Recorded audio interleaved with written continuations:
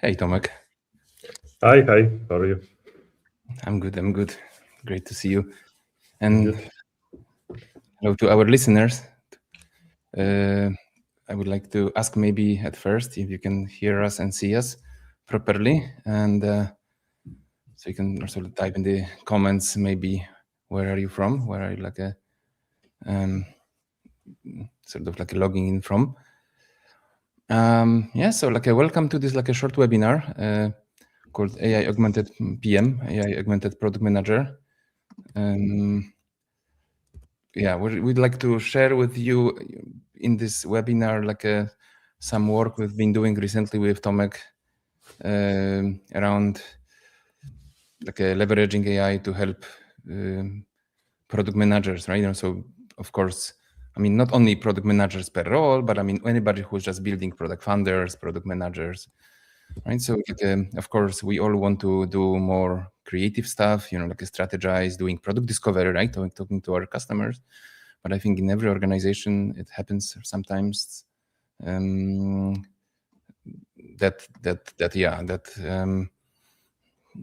just like a draw to have too much stuff, like Jira, like talking to too many people, internal teams, like a bureaucracy, and especially larger organization, right, have these problems, So we've been like discussing a lot and experimenting with different tools and creating really like a operation system, right? I mean, like an ecosystem that you can use.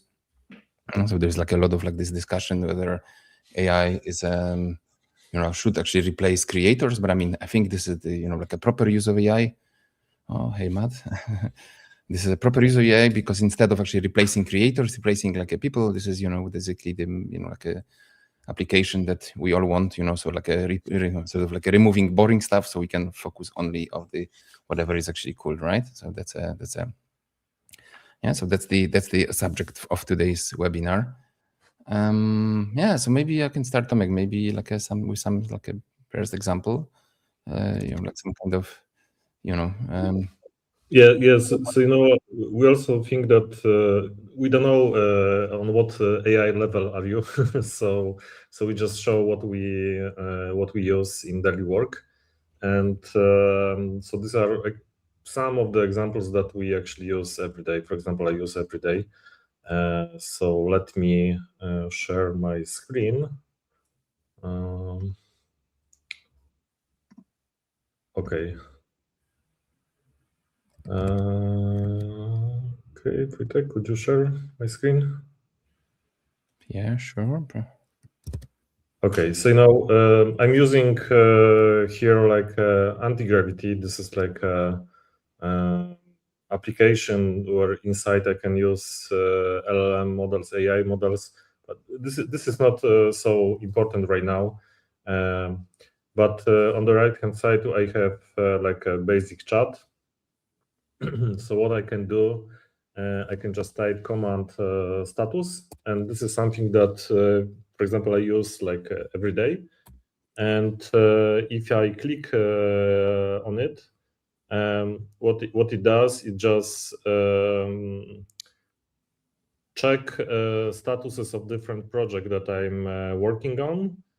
Check also, as you can see, that this agent also is right now checking for like decision file. So this is the file where we together with AI actually made decisions, and then also this agent is using right now, as you can see, MCP tool, a protocol, which and connect to Jira service where it tries to find information about the project that I'm working on.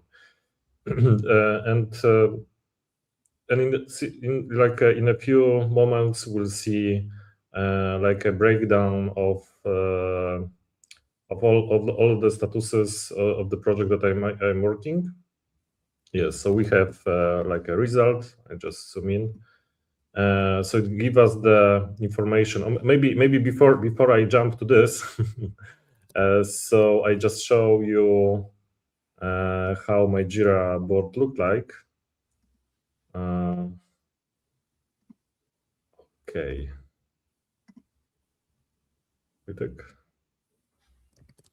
Okay, so this is my my Jira board, and as you can see, I have like a different.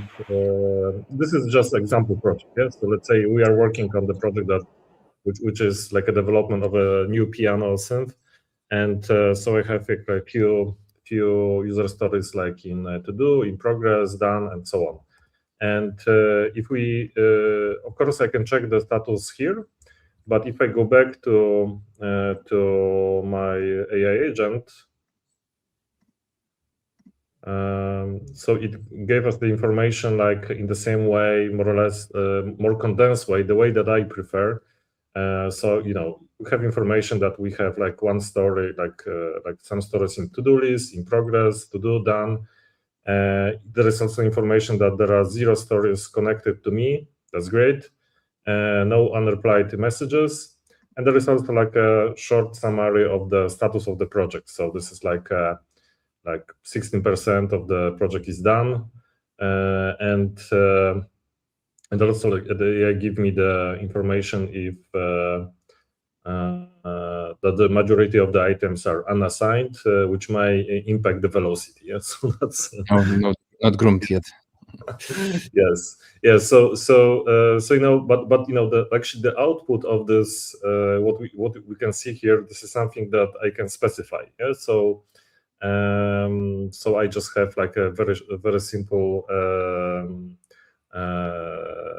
workflow inside my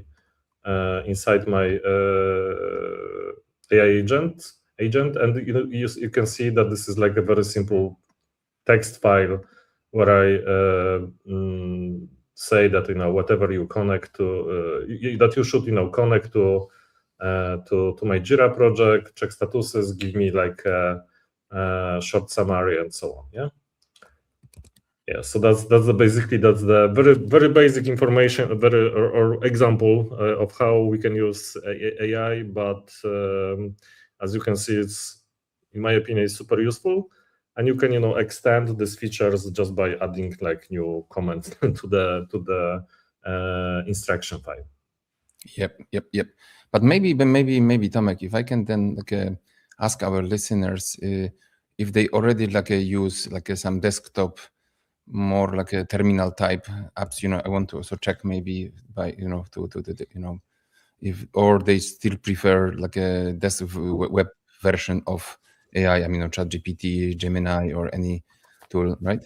Because I think that's very important to say that they are just two basic ways of working with AI, which is one is actually obviously through like a typical you can see right now my Gemini, but we can also have let me just share my GPT and yeah, there are just two basic ways to work, right? And so one is through some browser-based tools, and another is actually have your agents, written down, or like a sort of through like a VS Code or any other application. Now we use Gravity together with Tomek. Actually, Tomek has inspired me to use Gravity. It's like a Google tool, so it's obviously connected with Gemini, which is very nice. Of course, you can use different models there.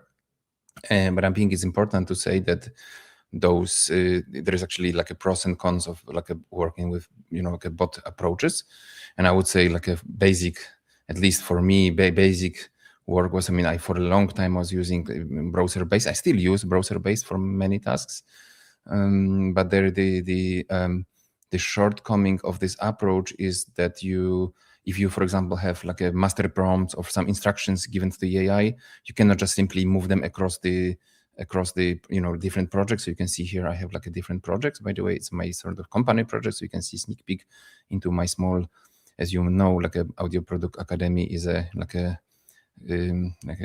educational platform for professional audio product people. So you have like a podcast preparation, marketing manager. So we have different projects. There's like a course builder, so like an assistant that helps me to build courses. And but then, of course, if you work with the desktop version of AI, then you can first of all have like easy access to your files on your computer.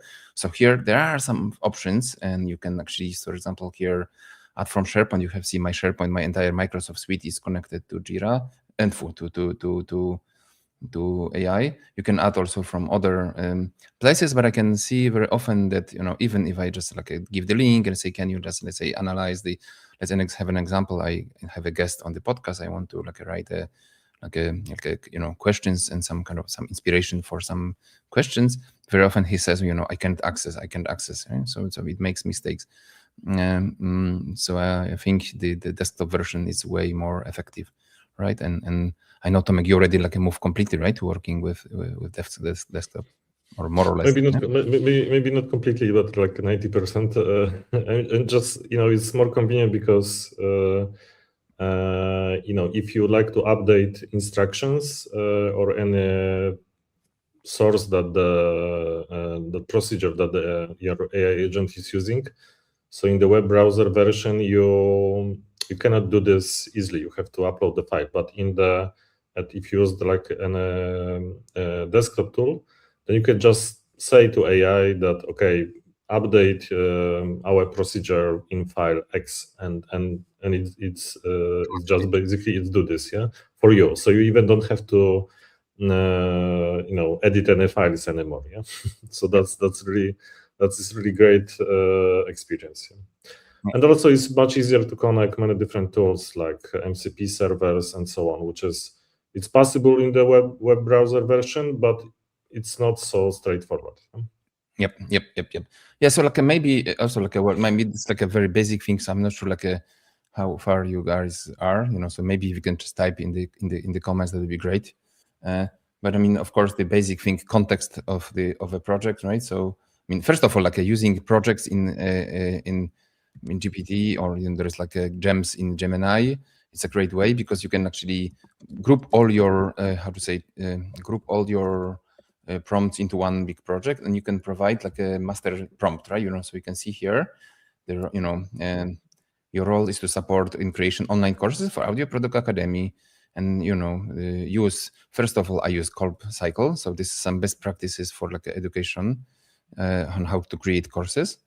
And then actually also what is your role? So you apply product management knowledge, Pragmatic Institute, PDMA, Marty Kagan, product schools, basic stuff, right? And of course, when creating the course, always take into account target personas of Audio Product Academy. So I initially created in a markdown file a list of all the personas. So it took me a little bit of a work with AI to and actually upload my vision of and the strategy and the company. Oh, you still based, okay? Okay, that's great. Yeah. So even if you work in the browser, you can still define your a master prompt for the entire project. And actually, I would say project. Tomek, you actually like this expression, right? That projects are the secret sauce of the web browser, web-based apps, right? You can still do quite a lot. That's. I think that the one of the main feature that was added to AI coding or AI workflows in the recent months, because in the project you can add, like you mentioned, the one prompt, and this prompt can define your main agent, like product manager. And the chat that you use inside the projects can have totally separate context. So whenever you start new conversation, the information about the data that you provided for the whole project is still there. Yeah, and this is super useful. Yeah, and one thing I think also, I didn't think about it before the webinar, but I mean also that you can share projects over internet, actually work together. So we actually work on some projects together with Tomek, and it was actually super useful to create you can share it in here. And this actually is just for me, but I have some shared projects with with the team. So it's actually super useful. And I also mentioned that I have this uploaded files. You can see, so here are some sources. Here you see personas, 9 personas. You can see indie developer, plugin developers. You have a multiple personas that I'm addressing, of course, the the content for. So every time I'm actually working on any content, he always takes into consideration this, because in the master prompt I define this, right? Say, hey, every time you work on any a course content, create, take into consideration personas that are in this file, right? I have even more like roles because I have some sub roles, so I can call out specific tools, but I think I don't want to like be confused too much. And by the way, we will actually cover all this in very details in the course. We are just hosting on March 14 a course together with Tomek on everything that we are talking here today will be covered in more details. So how to create the MCP servers, how to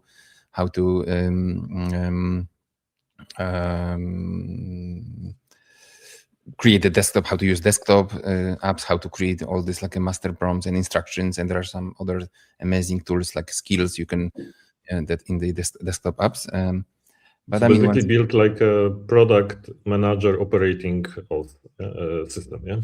So. Yeah. So that's okay. Also, one more important thing is that for all the guests of this today webinar, there is actually I'm typing right now, or maybe I'm going to display this. There is a code called webinar, and if you actually go to the website of the course, augmented PM AI-augmented.pm, and you apply the code webinar, you will have 20% discount for the training, which is on March 14th, so on Saturday. So like 6 hours of pure, just terminal and pure working with the terminal and agents. But it's actually code is only available until Friday midnight. So like between Friday and Saturday. But it's exclusive for the attendees of today's webinar. So go to the website and next, if you like what you see, you can go and join our course where we talk about it in more details. So I'm not sure, Tomek, maybe to summarize before we jump to really other cases, right? Because we just wanted to cover some fundamentals to make sure that whoever watches, there may be some people who are more super short version. So could you share my slide? Absolutely. So this is of course AI generated image, but this is like if we talk about the AI agents, then of course a lot of us have heard about the many different tools like ChatGPT, Gemini, Cloud Code, Gemini CLI, and thousands of tools that actually appears every day, OpenClaw, and so on. But and all of these tools have many features, like also you mentioned like skills and so on.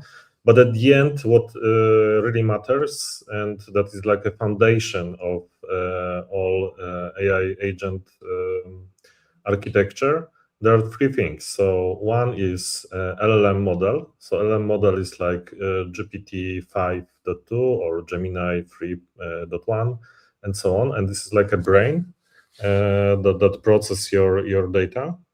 The second thing is prompt.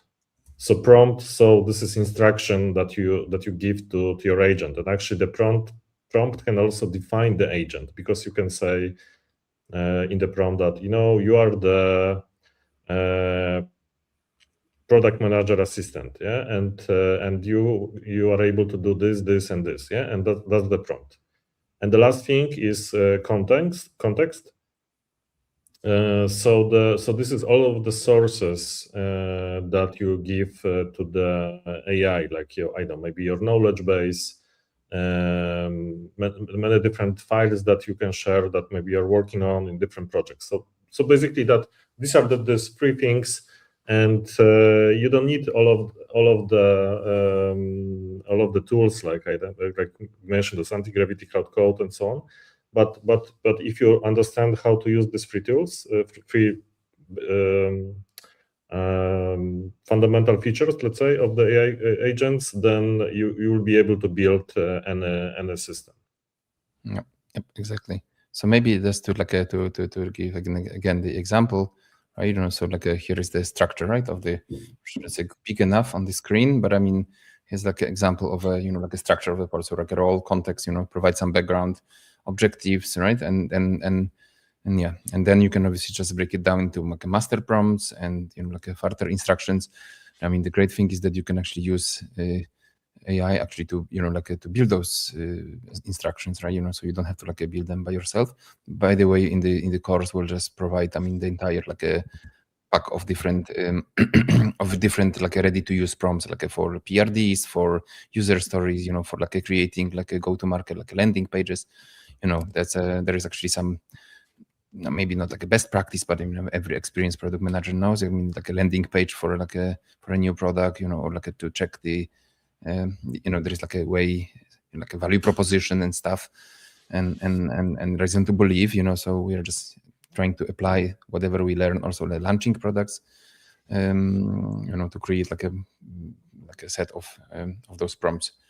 Yeah, but I mean, so that's some fundamental. So maybe let's dive into some examples, and I will start. First one actually still in the browser domain. Tomek will actually talk about the desktop examples. I mean, in a second. It's a deep research, right? Because I mean, every product work starts by doing some research. So we're just trying to understand, the pains of our potential customers, or validate some concepts, right? And so that's research is probably one of the most important parts. And no surprise, of course, the tool that we use a lot. I mean, when I used for the first time, I was blown away. It is a Gemini deep research, or you can use also Perplexity, and you can see here. Not yet. You can see it. You can see now. I'm actually already made an example already, or and I'll just walk you through the entire example. So actually, how to so you can obviously make it very simple, right?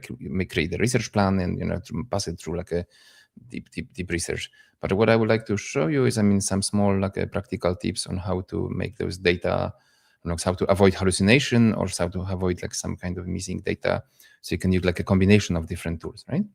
So what I generally do when I do research, it's also for the content of the academy. Sometimes I use it. First of all, I mean, let's take an example that I like, and I know very well, is just automotive audio market. So I always ask some model, hey, can you list? Maybe we are not seeing it now. I think now. Can you list segments of automotive audio? Yeah. So I'm just trying to do some very basic research. Okay, so OEM manufacturers, of course, some aftermarket, okay, speakers, etc. Functional software connectivity. There's actually quite a few. Okay. So what I can do is actually, I mean, that's a super simplified, right? I mean, I do some preliminary research by myself in order to know how to create a proper research plan, right? So so if I go to the next tab where I already have it, created, so you can see I ask to create a list of all the automotive companies, major, I mean, broken down by segments, by their leading products and innovations, and I can actually maybe you can see there is actually a huge file. So maybe actually I can copy this, to show you how that works. Oh, I'm not sharing anything. Something has broken. Hold on. I think I just lost.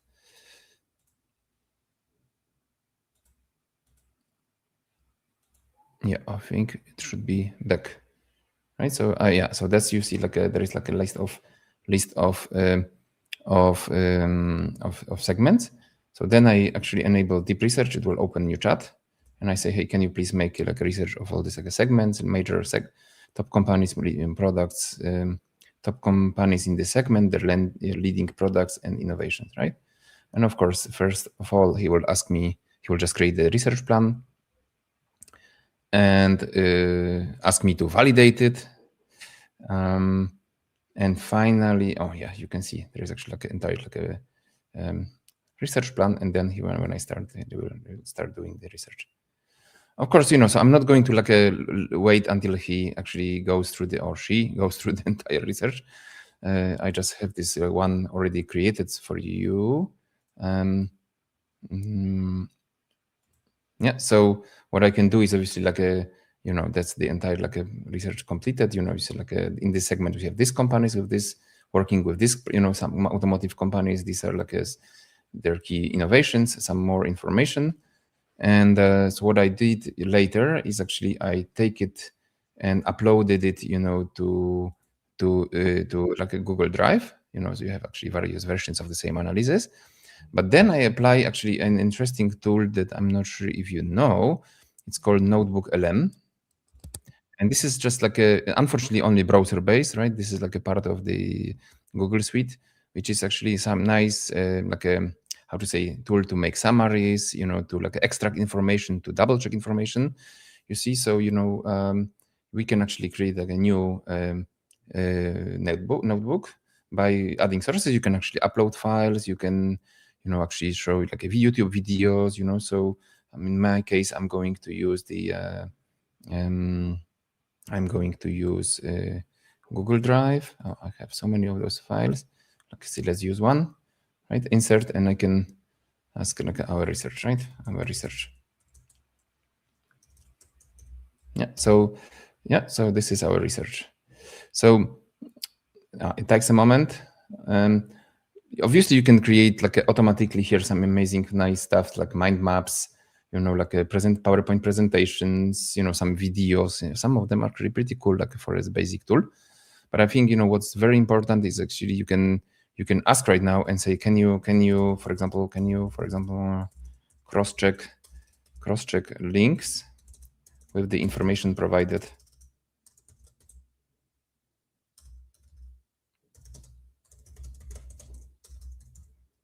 In the report. Yes, I mean, I want to actually make sure that he didn't miss any like a product, I mean, it happens sometimes, right, with AI, so this is just like some basic, like a cross-check we are doing. Oh, yeah. I mean, obviously my prompt is not perfect. It's just like a quickly typed. But one thing you can do is, and I sometimes also did, is actually like a browse through links in the research, and then I can add it as a source in here. So, so I can actually, like update my already like a created report with some, oh, okay, provided context, blah, blah, blah. He's just adding more context to it, right? Yeah, or if I want to, like, like I say, I mean, I browsed through the internet and found some actually ready to use like a reports and actually pasted in here as a add source and say, can you cross check my report with the existing like a reports on the market? So we're just doing synthesis of like all different reports and information provided, just to be sure that whatever comes out of your analysis, it's actually like of highest quality and there is no hallucination, right? And obviously, yeah, that's one of the best features of Notebook LM, that it doesn't hallucinate. Yeah, so even if you do the deep research analysis, then as Wojtek mentioned, it's really worth to put it once again, all of the data to links, especially the sources to Notebook LM, because this tool almost doesn't hallucinate, yeah, and really give you the real data from the sources. Yeah, fact checker, very nice fact checker, so like, yeah, that's exactly what I wanted to say. I mean, probably everybody knows who uses AI knows already like a Gemini or like a Perplexity deep research capability, but I mean, cross-checking this, actually adding this to Notebook LM and actually like adding more sources and cross-checking this, it's a great tool. But then of course I added, you can see already like a request, can you create like a list of all the companies in a markdown file, so I can actually right now make a list of entire competition and competitive products, right? And this is actually nice in sort of introduction to the next case that Tomek will show, right? Because we have from the analysis like a list of all the competitors. So what can we do right now with AI with it? Yeah, that's the next question.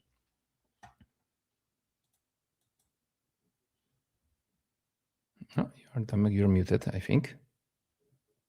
Could you share my screen? Yes, of course, yes.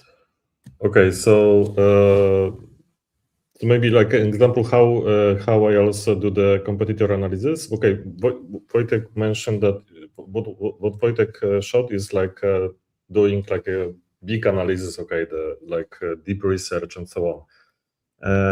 What I do, I just check the what competitors are doing. Let's say sometime every day or every week. And for that, in my project, I have a file where I defined the information about the competitors. So I have like a name for my virtual piano synth. I define the name of the competitors and the link to the websites. And so what I can do, I have like a dedicated script or skill that which is called competitor analysis, competitor research, and I can then pass the file, which is competitors, to this analysis, and what it does is just it will start several agents that will analyze what those competitors are doing right now, and then provide a report for us. So as you can see, so it's right now is reading the file. We can go also to the definition of this tool. So this is just like a regular text file, a markdown file, where I defined like, okay, first thing, check the input files. Okay, where are the competitors? How do the competitors are defined? And then the second step is like launch parallel research agents, and as you can see, it's right now actually start parallel research. So this is like a web search for these competitors that we defined, and different keywords like features, pricing, positionings, blah blah blah, that I'm interested in. Yeah.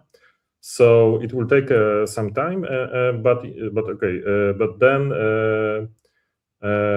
why I'm doing this, because I know I'd like to check, okay, what is happening right now. So how they position themselves, maybe they add some new feature, maybe they change pricing. So this is also like something that give me information what is going on the market. And after a while, we will collect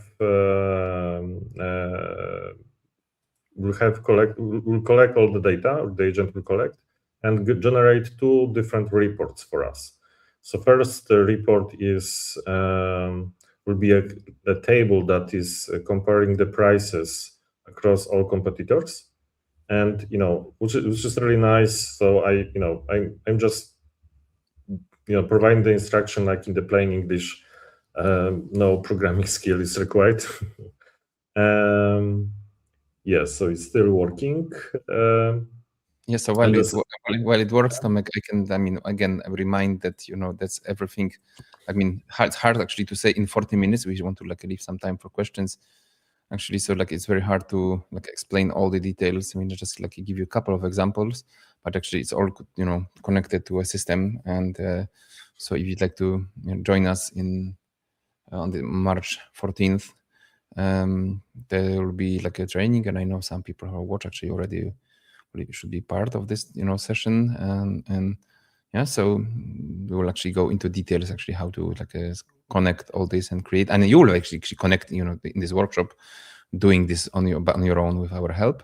And yeah, and especially that if you apply the code webinar, then by the end of this week, exclusively for these people here or listening and watching, or maybe rewatching, there will be a discount for 20%. Yeah, that's okay. Mm-hmm. Okay.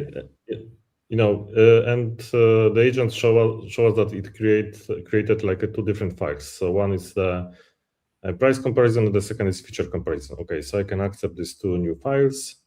We have it here. So for example, let's say the feature comparison, and as you can see, so we have different competitor names, and then breakdown feature by feature, and you can see that some of the competitors have this feature, some doesn't, and this is really useful. I can run this every day and check what is happening.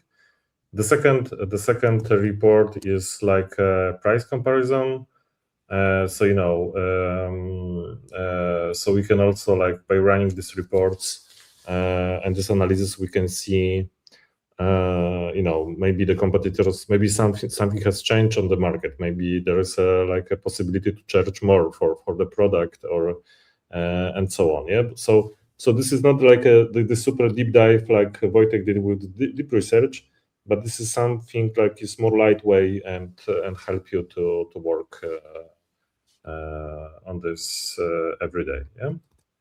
Yeah, but I think it's nice that you can connect all those tools together, right? So create like a wider research provide, right? I mean, the input to the analysis, so then you can create your, let's say battle card. How some I know that some product managers call it like a battle card, right? So even to create comparison and not only knowing what's yeah, what is really nice, right now we don't need like pay for another subscription for tools like doing this price comparison or whatever, because this is just like a few lines of text that you do a description of what you need, and the rest is done by an agent. So this is like really great. So yeah.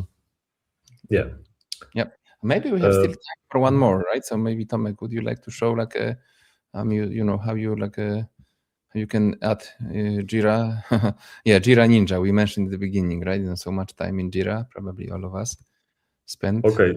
Yeah. So the next example is, let's say that could you share my? Okay, then I have to. Sorry, I have to change what I'm sharing.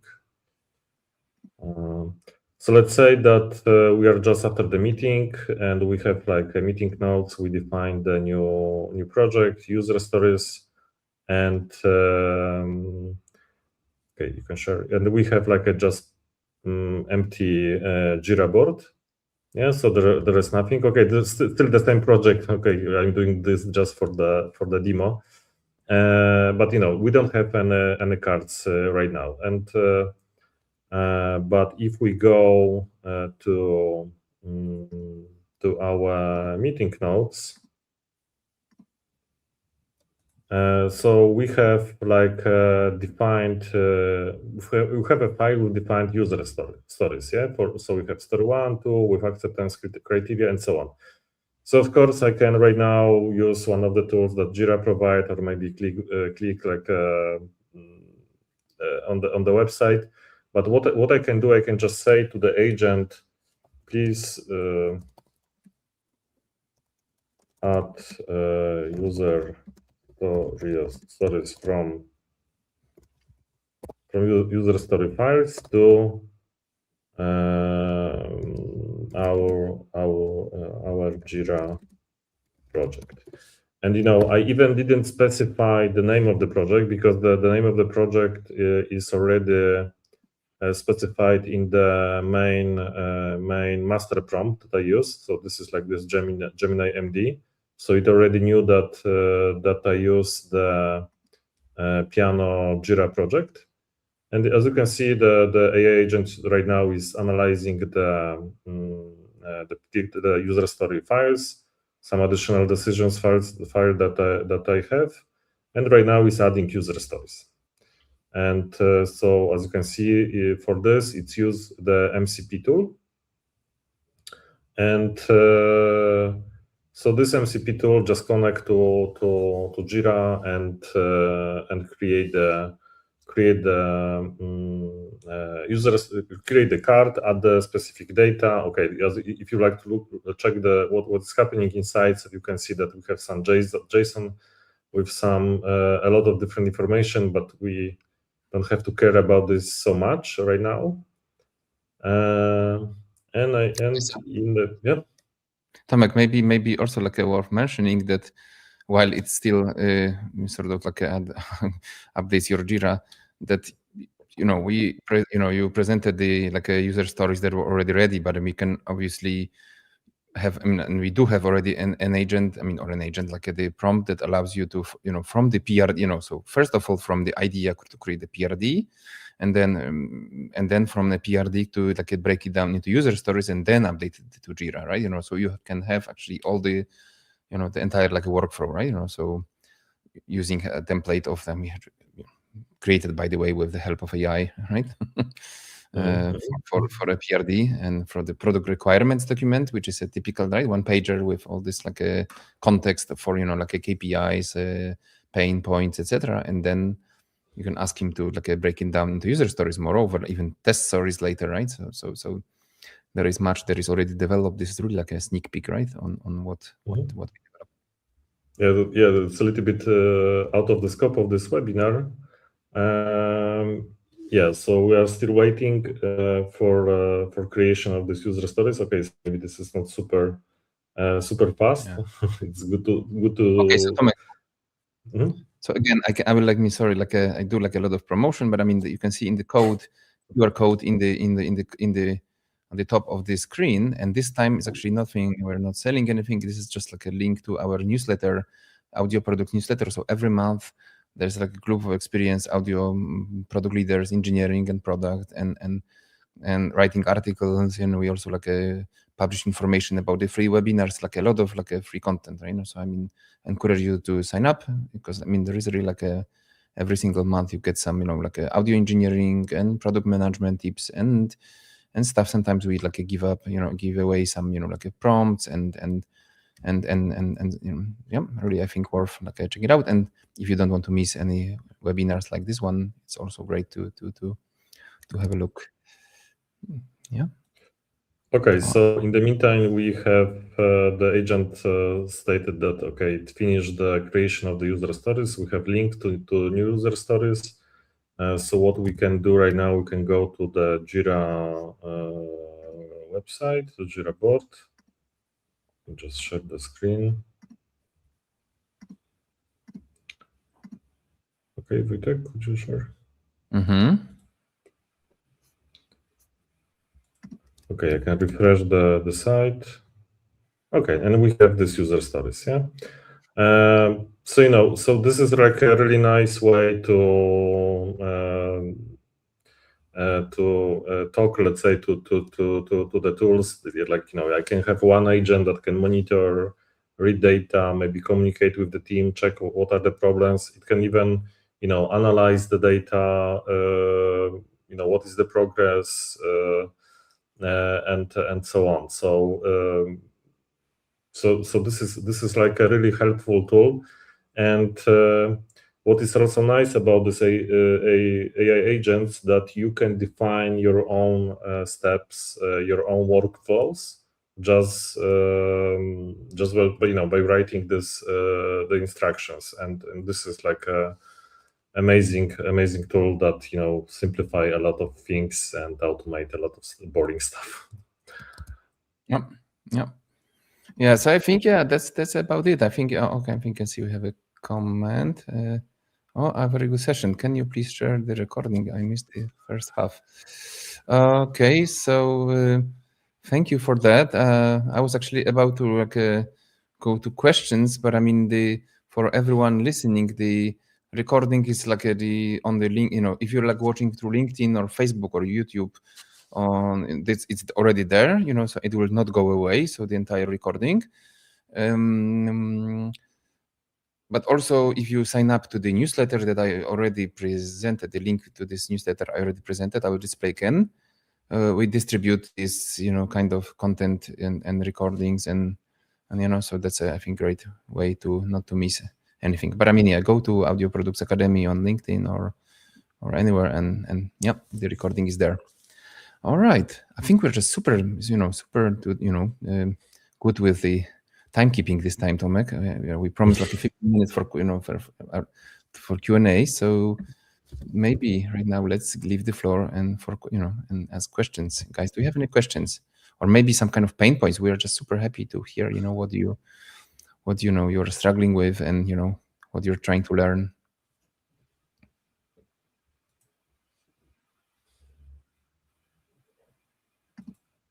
Yeah, I think also some comments. Useful content. Oh yeah, thank you so much. Oh, we have a question. We have a question. Zippy, good to see you, Zippy. Good to Good to see you. How did you introduce these workflows across your product organization? Wojtek, would you like to answer? Okay, so like to be, as you know, I mean, I work actually. I have like my daily work, and I do like a academy and some also plugins with Tomek. Sort of as a side hustle for now, but so hopefully it will be like a more advanced, and we'll be actually able to scale it on the larger sort of like a organization.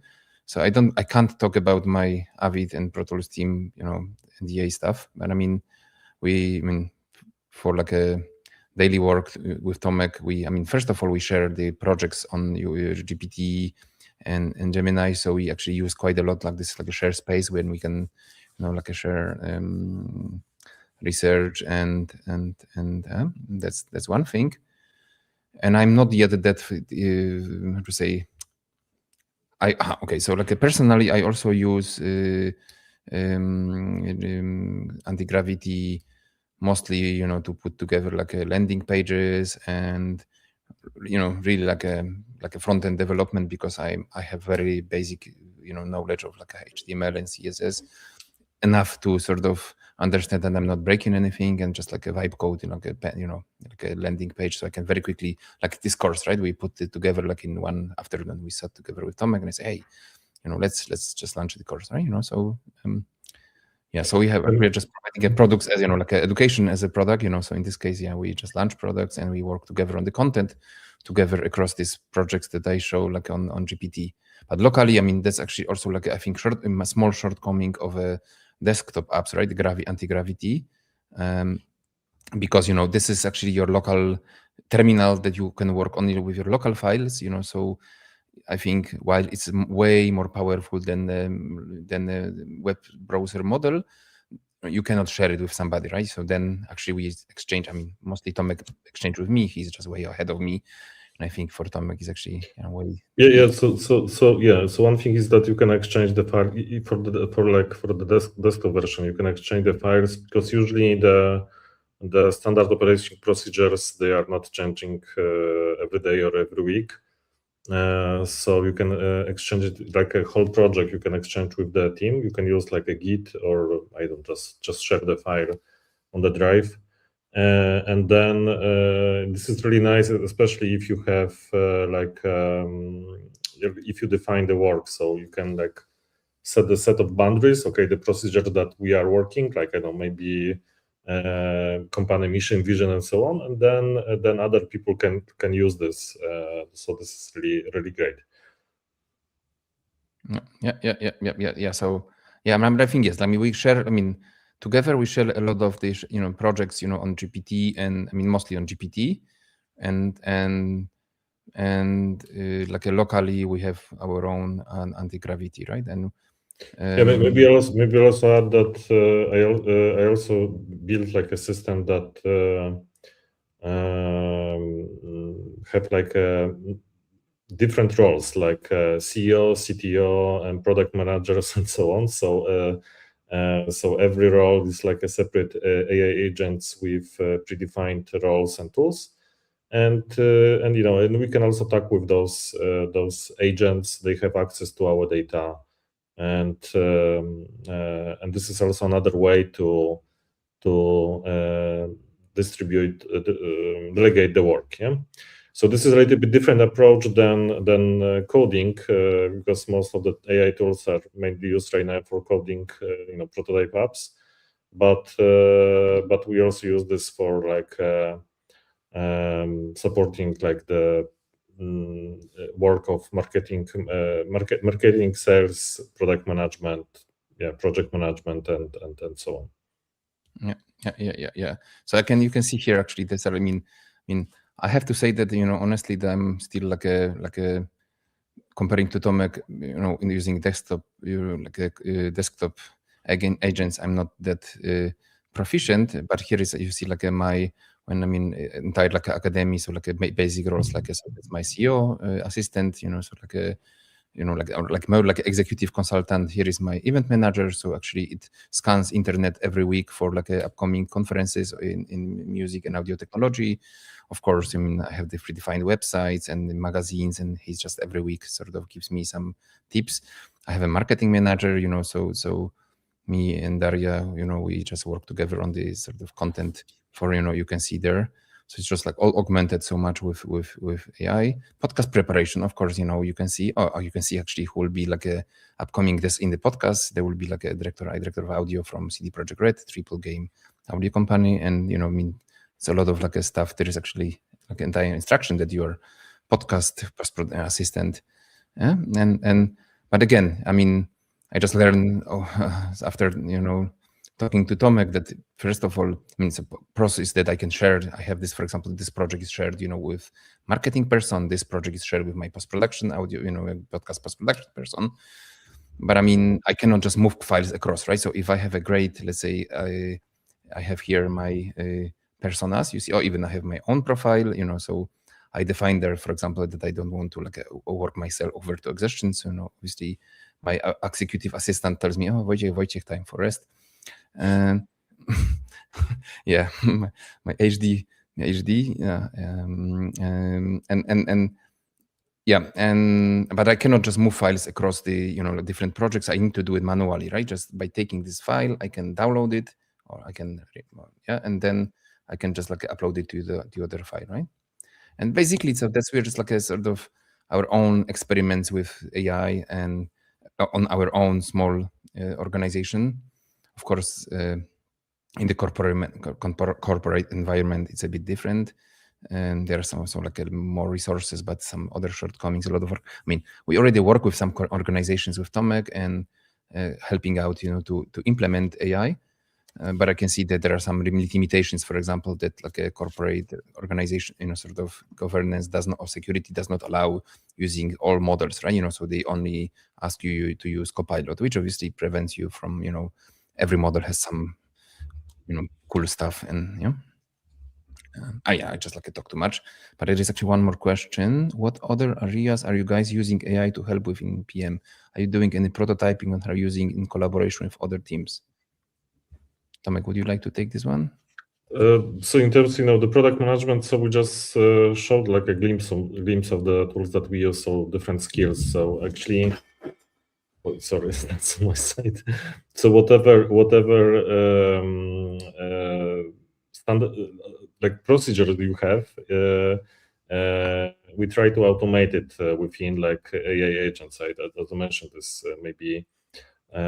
Project management, reviews, some evaluation of the progress of the team, market research, competitor analysis, and many other things. So this is something that we can do. In terms of prototyping, then yes. So we also do like a lot of prototypes. So right now, the prototyping with AI is really cheap.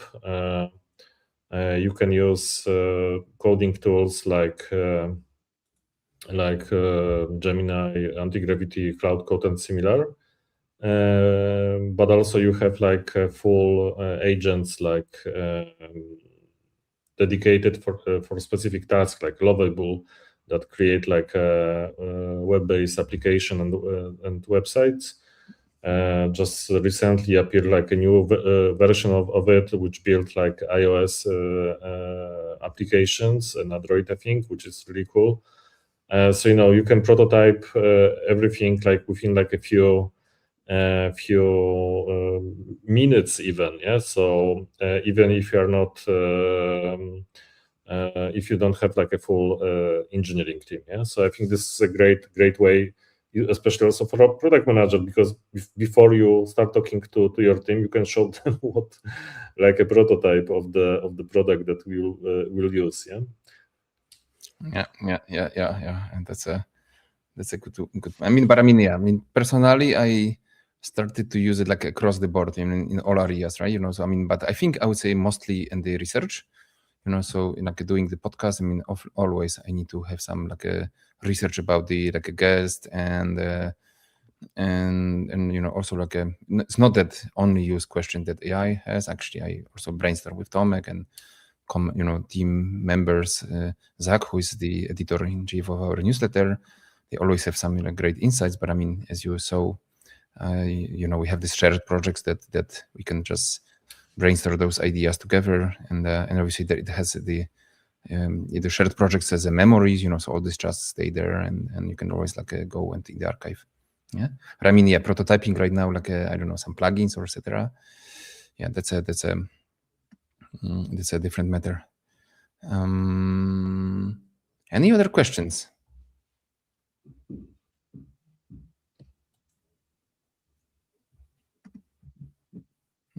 I think we are good, and we're just 5 minutes to. Yeah, I mean, Matt, we will actually. I know Matt will be on our session, so we'll just deep dive. We'll answer your question more deeply in the in the course. But I would like to thank you, everyone, and remind that we will be super happy to see you in the course, AI-augmented.pm, and if you apply the code webinar, you can register. Remember that this 20% discount is actually available until the end of this week. But I mean, we'll just keep pushing, and this is probably not the last session. We also recorded the training. We're just planning to put together a special recorded session, so that goes over these workflows. And yeah, so I hope to see you there. And if there is no more questions, Tomek, thank you so much for joining, and thank you, everyone. Yeah, bye.